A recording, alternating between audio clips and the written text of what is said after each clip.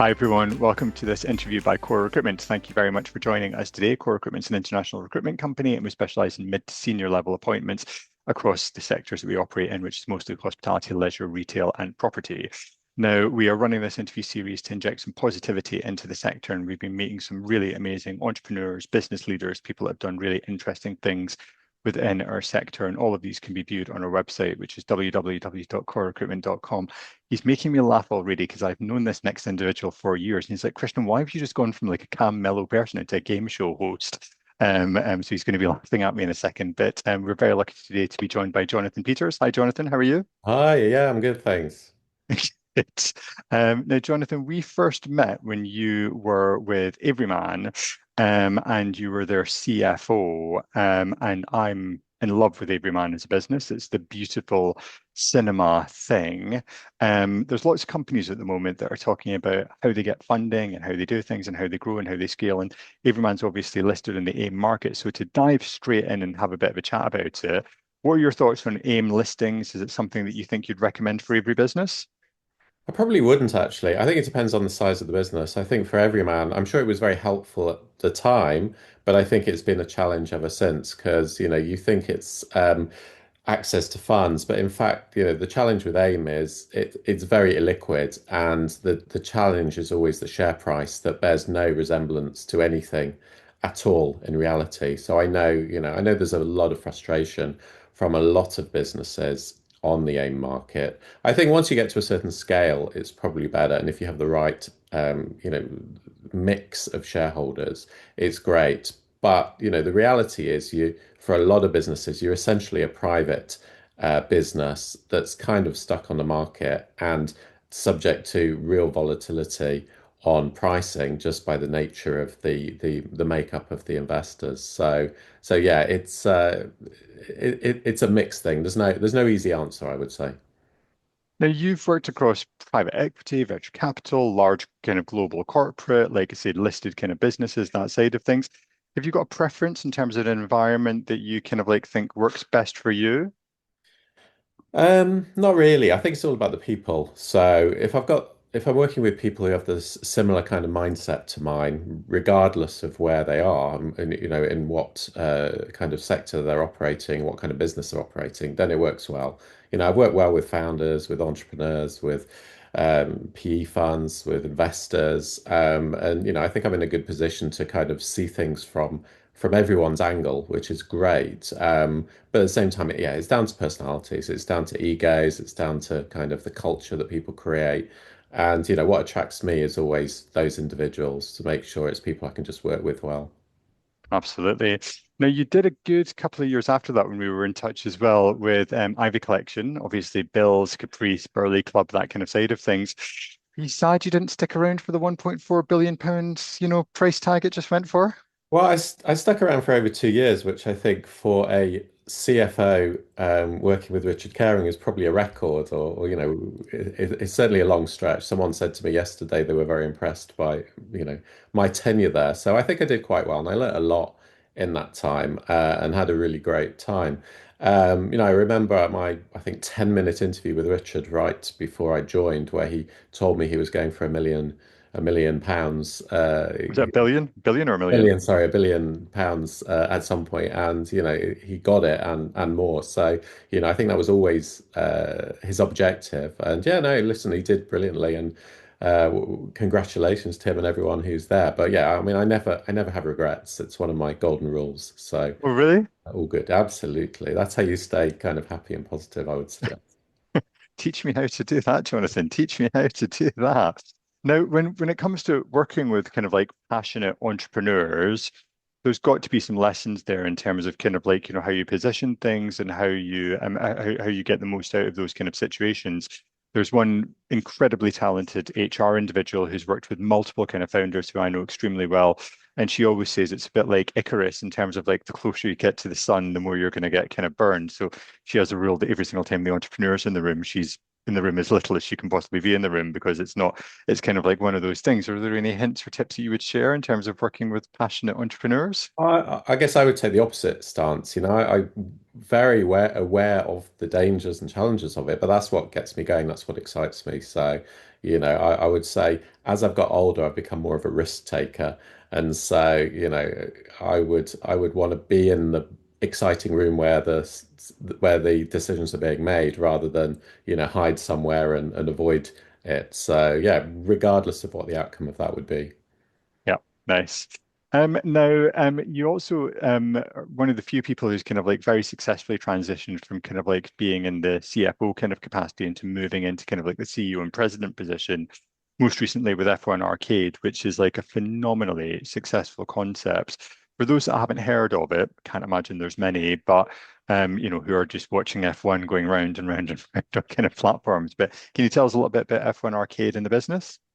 Well, it's an entertainment venue, so it's about a vibe and about an immersive experience as much as it is about F1. And I think what's exciting about it is it's not just for F1 fans. So it's a great bar, great food, great atmosphere, great drinks, and you've got F1 racing simulators as well, which are done in a way that, I remember when we first had one in our office, I brought my then 5-year-old in, and she loved it. She'd never even heard of F1, but she loved racing the cars around the track. So, it's a great experience for everyone. And, I think it lends itself very much to events and corporates and that kind of thing. You can really bring a group of people in and have an amazing time. And the amount of people I've spoken to who didn't realize where I worked and when I revealed it, they were like, "Oh yeah, we went with a team over there and had an amazing time."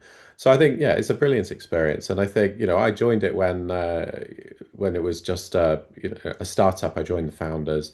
Where there was just 5 of us, and took it up to around 1,000 people, with Site 10 opening in a few months. So it was an incredible success story. And what we wanted to do was to deliberately be incredibly ambitious and grow very, very quickly. And it was a real blast and a real journey.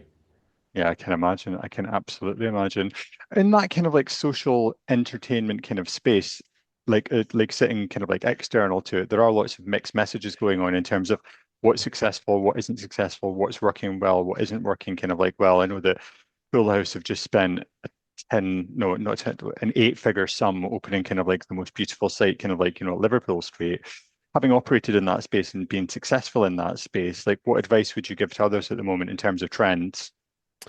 I mean, I've seen Pool House, and it's absolutely beautiful, and it blows you away. And I think that's what you want to go for. I think what you've got to do to be successful is differentiate yourselves. And unfortunately, that does mean spending a lot of money, which means you have to get a certain level of revenue in order to get your payback. So, you have to take a risk, because if you cut back and make compromises, then you're going to be giving something that isn't going to blow people away. And you've got to blow people away these days. People want experiences, they want something new, they want something exciting. So, almost by definition, it is going to cost money. And therefore, how do you mitigate the risk as much as you possibly can? Maybe you make it a bit smaller. Maybe you're very careful on saving the money where the customer doesn't see it, to try and keep things as minimal as possible. But ultimately, you need to go big, and then it's about just driving people through the door and really creating a buzz and a momentum that keeps the people coming. And busy places attract people and remain busy. So I think it really is about creating a momentum that can then be sustained. Absolutely. And like in terms of like, again, kind of like companies specifically in London, but everywhere are looking for those growth opportunities in terms of where that's going to come. And increasingly we hear companies who are looking at kind of like, America or franchising or kind of taking it into the Middle East and all of that side of things as well, all things that you've kind of successfully done. When you are looking at kind of like, taking these concepts and kind of scaling them kind of like internationally, I mean, how do you go about finding the right partner? What kind of funding, like what kind of return can you be looking at from kind of franchise? What do you think kind of like if you were like, running one of those businesses looking to grow and scale at the moment, what advice would you be giving? I think you got to explore everything. We took a specific approach at F1 Arcade where we were owned and operated in the UK and the US, and then franchised everywhere else. And we just opened our first franchise site in Madrid a few weeks ago, and it was great to see that, and it was a phenomenal partner. But it's a huge amount of work to get the franchise business up and running, and the number of people that we have had spoken to, making sure that you need to have the right kind of partner who has the right experience, they have the right funding in place, and also they have access to real estate as well. So there's a lot of boxes you have to tick, and if even one of them doesn't get ticked, then you're going to need a huge team to support them, which is going to become very, very costly. So, in theory, it's a beautiful way to grow a business without using any capital, so a very capital light approach. But it has to be done very, very carefully. And with F1 Arcade, we were lucky enough to have some great commercials. It worked very, very well on the franchise side. I think the interesting thing for other businesses how early can you open your franchising? How many owned and operated sites do you actually need to have in place before you can start moving on the franchise side, which allows you to go capital light and allows you to move much faster, which I think, with all of the challenges at the moment, I think is a great way to de-risk your business. Absolutely. Now, coming on to your career journey, because like you weren't always related directly to kind of like, hospitality companies. You kind of like, or the first thing that I know about you is like that you started off at BDO. But can you tell us a little bit about your career journey prior to Everyman? Yeah, well, I did the the usual chartered accounting route through BDO, and then very quickly escaped into the real world. But I started with Marks and Spencer, so that was kind of my first consumer-facing business, which was really great. Very, very eye-opening, and a huge learning experience. Really, really, really fun. But then I moved to a couple of B2B businesses, Equifax and Whirlpool as well, both brilliant for me for my growth, but I think I realized after a while B2B just did not excite me. And I learned a lot from those experiences. I lived overseas. I lived in Italy for 7 years. I lived in France for 3 years. So really fantastic for me in terms of growth, personally and professionally. But after that, I think I realized I wanted to be consumer facing businesses. So everything after that was consumer facing. So Belron, which is the Autoglass business, absolutely brilliant, successful business, consumer facing. And then after that, moving to Everyman. And then it was hospitality, I guess, for the last 12 years now. And why that shift into consumer business is more interesting to work in? Yeah, it was just more interesting. I just felt much more connected to the business, and just being able to speak to people on the ground and to customers, I think just brought it to home, and it just got me more excited, more motivated, more engaged in the businesses like that, rather than again B2B, and selling washing machines to massive, supermarkets or retailers is it's just not particularly glamorous or exciting, at least for me, I mean, again, Whirlpool, incredibly successful business, but it didn't, I didn't jump up in the morning incredibly excited about another 1,000 washing machines going to Carrefour or wherever we were selling them to that particular day. What's wrong with you, Jonathan? My God, that's thrilling, isn't it? No, I'd much rather be doing that than racing around in cars. But anyway, there you go. So obviously through those businesses, you must have met some really incredible people. Is there anyone, name names if you want to, but is there anyone who kind of like, you really kind of like, when you have those moments of like, what would so and so do, or kind of like, what would they do in that environment? Anyone who really inspired you or left their kind of mark, would you say? I think it was the Belron business that really made me realize how important a culture is within a business. Because, it was initially a family-owned business, turned into a, multi-billion pound global, very, very successful business. They're pretty much the leader in just about every market they're in. Um, but the leadership was that they created a culture that allowed, it was very humble leadership, no egos, very non-hierarchical. And that really was powerful to me. And just the culture that came out of that as a result of that, right from the very top of the business. Yeah, that made a mark on me. Just the fact that people can be incredibly successful, but also just really kind, genuine, decent people, which I'd not seen up to that point, and again, wasn't present in, let's say, some of the other businesses that I've worked for since, without naming names. Understood. Now, I've really enjoyed some of your LinkedIn posts over the last year, especially the ones where you've been on planes and trains and automobiles, kind of like with your laptop out. It's obviously like, being pretty full on in terms of from a workload perspective. How do you prioritize? I mean, the living without regret thing, I'm definitely going to look up kind of like how to do that as a training course. But how do you kind of prioritize things? How do you keep on top of everything? Have you got any techniques that you can share? I think sleep as little as possible. That's a very controversial one, I know, but I meet people who sleep 8 or 9 hours, and if I get 6 hours a day, I'm happy. But I think make the most of all of the hours of the day, because if you that's 2 more hours every day I have by only sleeping 6 hours versus 8. I know everyone's different. You've got to sleep the amount that you need, but it does make a huge difference being able to get up at 6 o'clock in the morning and just spend an hour organizing your thoughts for the day. I think, I love a routine. So I think getting into a routine, getting to the gym, exercising a lot to get your brain going, I think is really, really important. A lot of people don't prioritize themselves. I think spending a couple of hours on yourself every day, I think, makes you much more efficient and effective at work for the rest of the time and much more clear-headed. I gave up alcohol a couple of years ago as well. Again, probably controversial in the hospitality business, but a lot of people are now doing that. And again, that just really helped, especially when I was traveling, flying backwards and forwards to the US all the time, just enabled me to just not suffer from jet lag at all, and again enabled myself to just be much more effective at work.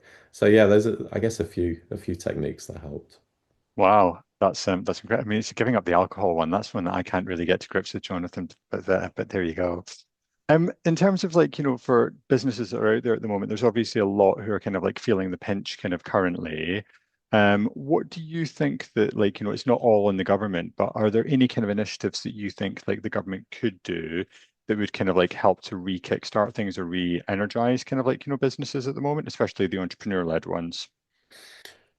Look, I mean, I'm sure there's 100 things. I'm not going to be able to say anything that hasn't been said a million times before. Things like business rates always seems like the most unfair, uh, tax that's essentially impacting hospitality much more than everyone else. So yeah, yeah. I mean, look, there's a ton that the government can do, but I think there's always going to be headwinds wherever you are and whatever business you're in. You just need to figure out how to deal with it, how to make the most of your business with all of the headwinds that are there, and becoming dealing with a very low profitable business is the real challenge. How do you actually become more effective with your workforce, and how do you get your margins up whilst at the same time not just passing everything onto your customer? I think trying to manage that is probably the biggest focus and the biggest challenge. I think the great thing about experiential type businesses like F1 Arcade is 50% of your revenues are on an activity that doesn't have a cost attached to it.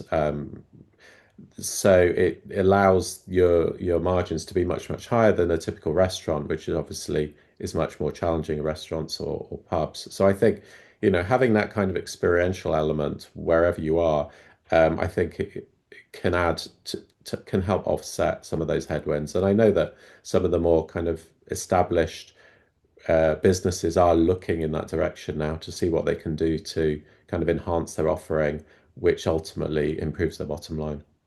Jonathan, thank you so much for joining us today. Thank you so much for having a chat. And there's definitely some really good advice in there. And anyone who's getting more than 6 hours sleep a night, you need to think about that, like, what you're getting from that, right?